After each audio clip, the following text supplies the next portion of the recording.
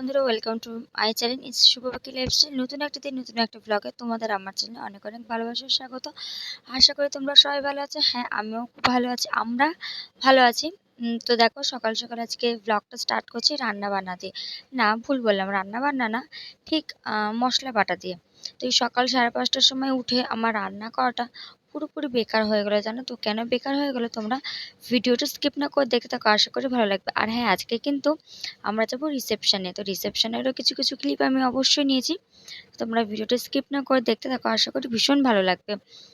কারণ এরকম ব্লগ আমার চ্যানেলেই ফার্স্ট টাইম দিচ্ছি, তো ওই জন্যই বললাম। তো দেখো, এখানে রান্না করব ভাত আর আলু পটলের তরকারি। আমি তো সকাল সকাল ওই বাড়ি চলে যাবো, ওই জন্য শুধু আমি আমার বরের জন্য রান্না করলাম। তো আমার বর বললো যে ঠিক আছে, যখন তুমি শুধু আমার জন্য রান্না করবে তাহলে আলু পটলের তরকারি আর ভাত করে দিয়ে চলে যাও।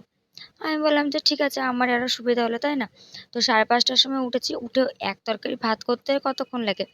তো ঠিক 4:30টার মধ্যে আমার রান্না কমপ্লিট হয়ে গেছে। 4:30টার সময় রান্না করে আমি না ঘুমিয়ে পড়েছিলাম। তো একবার ঘুমটা ভাঙলো ঠিক 7টার সময়।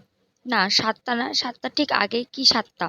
তো আমি তো জানি যে আমার বড় তাড়াতাড়ি উঠবে না, তা এইবারে ঘুমিয়ে পড়েছি ঠিক 8:45টার সময় ঘুম ভেঙেছে। তো যাই হোক, দেখো এদিকে তোমার মশলাটা বেটে নিয়ে আমি এই জায়গাটা পরিষ্কার করে নিচ্ছি। অনেক জিনিস ছিল, কারণ এই জায়গাটা আমি ভাত না, বাসন টাসন উপর টুপুর দেবো। আর তাছাড়া দেখবে নোংরা নোংরা থাকলে না একদমই ভালো লাগে না দেখতে, যেহেতু আমার জায়গাটা ছোট, একটু পরিষ্কার করে রাখতে হয়। আর এই কাপটা হচ্ছে আমার ওষুধ খাওয়ার কাপ। এই ওষুধটা খেলে সারাটা দিন আমি ঘুমাই, মানে খাই দাই ঘুমাই বলতে পারো। সারাটা দিন ঘুম পাই। আর আজকে আমার গলাটা একটু বসা বসা লাগছে। তার কারণ হচ্ছে কালকে মানে অনেকটা রাত হয়ে গেছিলো আস্তে আস্তে আমাদের বিয়েবাড়ি থেকে। তো হালকা হালকা ঠান্ডা লেগে গেছে, আর ঘুমটাও ঠিকঠাক মতন হয়নি ওই জন্য। তো যাই হোক, দেখো এইদিকে আমি চলে এসেছি আলু ভাজা মানে ওল্টাতে। আর এক একটা আলুতে যেন ওল্টাচ্ছে না, তো ওল্টাচ্ছেই না। আর দেখো, আমার মুখ চুখ থেকে বুঝতেই পারছো যে আমার প্রচণ্ড পরিমাণে ঘুম পেয়েছে, আমার একদম ভালো লাগছে না।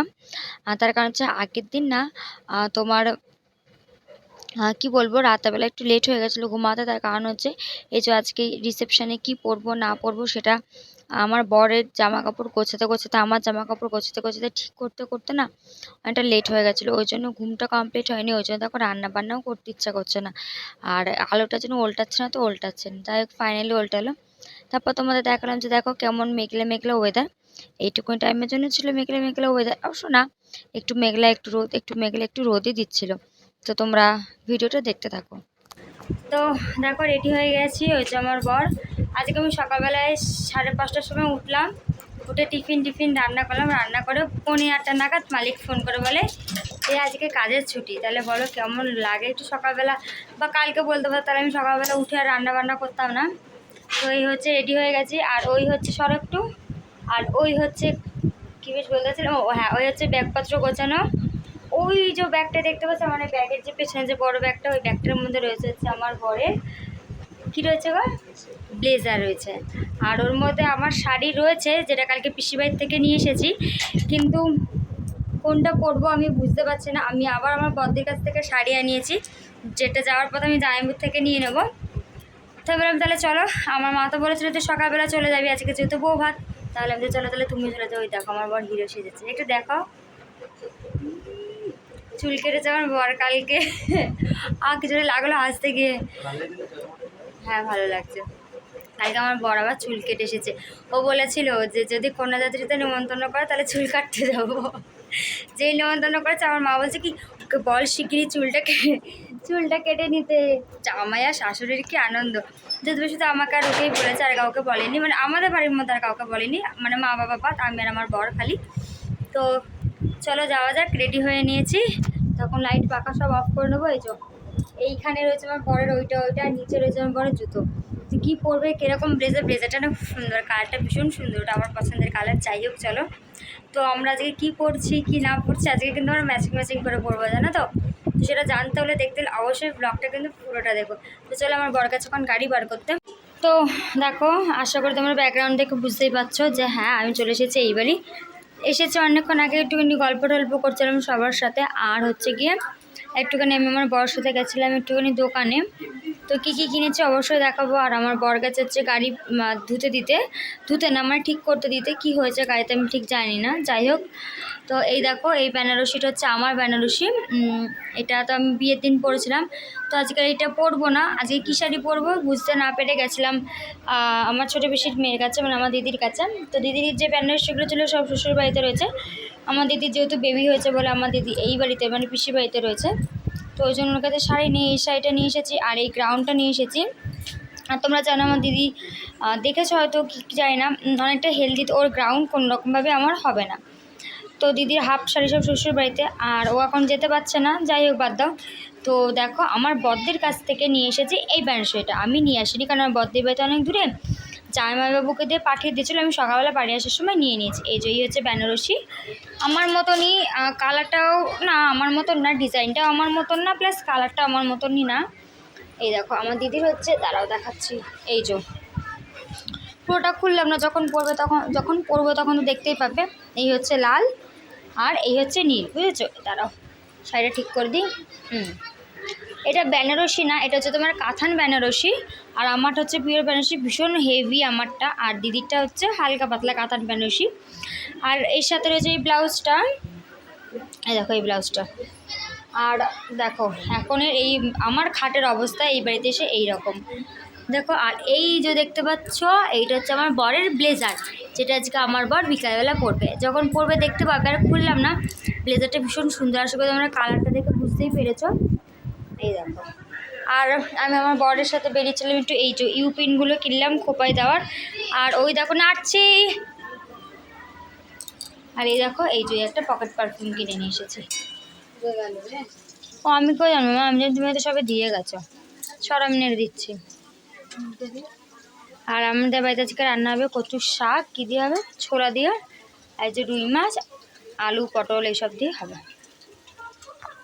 তো দেখো আমি মাথা ঘষে নিয়েছি আজকে, আর খুশকি, আচ্ছা, আর খুশকি যে শ্যাম্পুটা ছিল সেই শ্যাম্পুটাতেই মাথা ঘষেছি। দাও হালকা জোরেই দাও। হ্যাঁ, তো আমার বেনারসির একটা তারও তো ব্লাউজ ছিল, কিন্তু সেই ব্লাউজটা তো অনেকটা পিট কাটা, ওই জন্য আমি পরি না, কারণ আমি রোগা তো, পিট কাটা একদম ভালো লাগে না। তো দিদি পাঠিয়েছে, ওটা মেরে নিতে হবে, এখন আমি দেখিনি ওটা কি আছে না আছে, এখনও পরে দেখিনি। তো মা রান্নাবান্না করিনি, তারপর মা তো সেলাই করে দেবে, হাতে মেরে দেবে, তো দেখি। আর এই এখন হচ্ছে আমি একটু টিভি দেখছি আর একটু রান্না করছি, রান্না বলতে কিছুই আমি করছি, শুধু আলুটা নেড়ে দিচ্ছি, জানো, আর কিছুই করছি না। যাই হোক মা দিকে স্নান করছে, রাতা গোপাল আমি দিয়ে দিয়েছি, তা আসবে যখন তখন বলবা। আর আমাদের এই ঘরের লাইটটা মানে কোনো একটা কিছুতে হয়তো প্রবলেম হয়েছে, তো লাইটটা একটু অসুবিধা হচ্ছে বলে রান্নাঘর লাইটটা খুলে রেখেছে, তো ও নেই যে ও ঠিক করে দেবে। ও গেছে হচ্ছে আমাদের একটু মানে গাড়িটা গ্যারেজে নিয়ে গেছে, গাড়িটা একটু কি সমস্যা হচ্ছে, যাই হোক এই জন্য। তো চলো এখনকার মতন এটাই আপডেট, আবার পরে দেখা হচ্ছে দুপুরে খাওয়ার সময়। আবার দেখা হচ্ছে একদম ঠিক লাঞ্চের টাইমে। আজকে লাঞ্চে ছিল ভাত, কচুর শাক, যেটা তোমার কি বেশ বলে ছোলা দিয়ে, আর হচ্ছে রুই মাছের ঝোল। ওইদিকে আমার বাবা খেতে বসেছে, এদিকে আমার মা আর আমি আমার বর এদিকে খেতে বসে পড়েছি। ও হ্যাঁ, সাথে ছিল পেঁয়াজ, সরি শসা, যেহেতু আমি পেঁয়াজ খেতে পারবো না ওই জন্য। তো দেখো খাওয়া দাওয়ার পর একেবারে চলে এসেছি রেডি হয়ে। তো অবশ্যই তোমরা কিন্তু কমেন্ট করে বলো আমার সাজাটা কেমন হয়েছে, বিশেষ করে আমার চুল বাঁধাটা কেমন হয়েছে। চুল বাঁধাটা এই আমি ফার্স্ট টাইম আজকে ট্রাই করলাম, অবশ্যই কিন্তু বলে মানে চুলটা বাঁধাটা কেমন হয়েছে।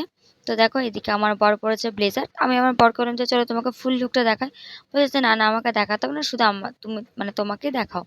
তো দেখো এইদিকে আমার বর ব্লেজার পরেছে, আর আমি পরেছে এই বেনারসি শাড়ি। এটা কিন্তু আমার না, এটা হচ্ছে আমার বত্রিশ শাড়ি। তো আমার মা আবার শাড়িটা ঠিক করে দিল, কোনো একটা জায়গায় একটু অসুবিধা হচ্ছিলো ওই জন্য। তো অবশ্যই কিন্তু তোমরা কমেন্ট করে জানিও আমাকে আর আমার বরকে মানে কেমন লাগছে দেখতে। আমার বরকে কিন্তু তোমরা এইরকম লুকে ফার্স্ট টাইম দেখলে, অবশ্যই কিন্তু কমেন্ট করে জানিও কেমন হয়েছে। তো দেখো কথা বলতে বলতে আমরা চলে এসেছি হচ্ছে কি বিয়ে বাড়িতে। আমি, আমার ছোটো পিসির মেয়ে, আমরা চারজনে গেছিলাম গাড়ি করে, বাইকে করে, যেহেতু বাড়ির কাছে ছিল ওই জন্য। তো দেখো এসে একটুখানি ভিডিও করে নিলাম, কারণ এরপরে আর সুযোগ পাইনি, খাওয়ার সময় আর সুযোগ পাইনি, কারণ সবাই তো পছন্দ করে না খাওয়ার সময় ভিডিও করতে, ওই জন্য। তো দেখো এদিকে আমি আমার বর রাস্তা থেকে যাচ্ছি গাড়ি করে, একটু ওই জন্য অন্ধকার অন্ধকার লাগছে, গাড়ি করে এখন যাচ্ছি, হ্যাঁ কোথায় না বাড়ি, তো জন্য একটুখানি ভিডিও ক্লিপ শেয়ার করলাম। আর হ্যাঁ, যেটা বলছিলাম, আমরা না গাড়ি করেই গেছি, আমি আমার দিদি, ওদের টোটো করে যাইনি, কারণ ওনাদের লোক অনেক ছিল আর টোটোটা খুব কম ছিল ওই জন্য। আর দেখো ওই বাড়ি থেকে আমি একদম শাড়ি টাড়ি খুলে এসেছি, শুধু মেকআপটা তুলিনি। তো চলো আজকের মতো আমি ব্লগটা এটুকুই, কাল ফিরবো নতুন একটা দিন নতুন একটা ব্লগের সাথে। টাটা। আমি একেবারে ওই বাড়ি থেকে শাড়ি ঠাড়ি চেঞ্জ করে চলে এসেছি, কিন্তু মেকআপটা রিমুভ আমি এই বাড়িতে এসে করছি, কারণ আমি এ বাড়িতে ফেস ওয়াশ নিয়ে যেতে ভুলে গেছি। তো দেখো, একবার তোমাদের দেখিয়ে দিলে আমার চুল থেকে না ভীষণ ভালো গন্ধ দিচ্ছে, কিন্তু আমার যেহেতু মাইগ্রেন আছে, এই ফুলের গন্ধে বডি স্প্রে গন্ধে না আমার শরীরটা খারাপ হয়ে গেছিলো। তো চলো আজকের মতন টাটা।